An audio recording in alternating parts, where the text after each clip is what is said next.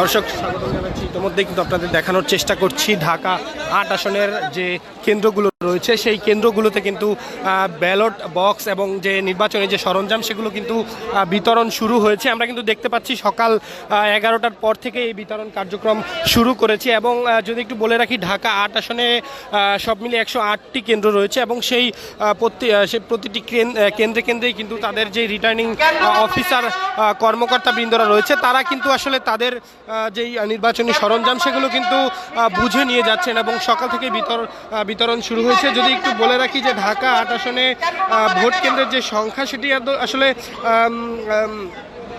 108টি সংখ্যা রয়েছে এবং সারা দেশে মোট ভোট কেন্দ্র রয়েছে বলা চলে 42,958টি প্রস্তুত রয়েছে এবং এরই মধ্যে 42,659টি সাধারণ ভোট কেন্দ্র এবং 299টি পোস্টাল ব্যালট কেন্দ্র, মোট কেন্দ্র এই সংখ্যা হিসেবে আসলে গণ্য করা হয়েছে। এবং সেটিকে কেন্দ্র করেই দর্শক আমরা কিন্তু ইতিমধ্যে দেখতে পাচ্ছি যে রাজধানীর যে কাকরাইলে অবস্থিত যেই Wills little flower school and college সেখান থেকে কিন্তু যেই নির্বাচনী পোস্টাল ব্যালট এবং যে নির্বাচনী সরঞ্জাম সেগুলো কিন্তু ইতিমধ্যেই নিয়ে যাওয়া হচ্ছে। দর্শক আমরা কিন্তু সরাসরি সেই চিত্রটি দেখতে পাচ্ছি।